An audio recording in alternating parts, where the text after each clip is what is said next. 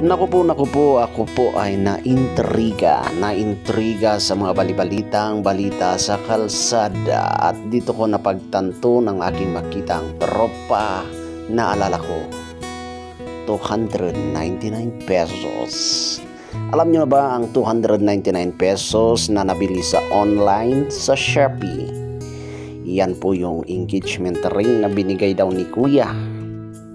After 8 years ng kanilang pagmamahalan ay binigyan niya ang kanyang partner ng worth 299 pesos na engagement ring. Well. Ano kaya sa tingin natin? Is that worth it? Okay lang kaya yon? Well, meron akong isang narinig at meron din akong isang napanood. Yung engagement ring daw or yung engagement is walang price yan. Either it started from peso until 1 million as long as masaya sana yung mag-partner, di ba?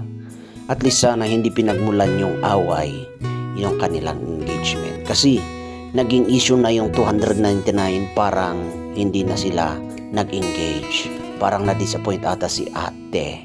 Pero sabi nga ng isa nating tropa, walang presyo ang engagement as long as pareha silang mag-partner na masaya, di ba?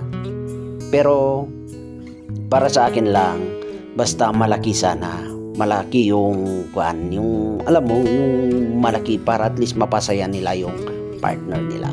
Malaki yung kanilang puso at maibigay nila yung pagmamahal na kinakailangan ng bawat isa. Kasi dito sa ating Highlands, hindi uso ang engagement. Ang uso dito is native na manok na may kasamang tag. Yun kasi ang naging engagement ko. And hindi ko alam kung magkano kasi yung native na manok, binigay lang ni Lolo. Tapos hiningi ko na rin yung kanyang tag na may bigis-bigis, na may buok-buok pa yung kanyang bigis. Kaya napakasarap ng aking engagement.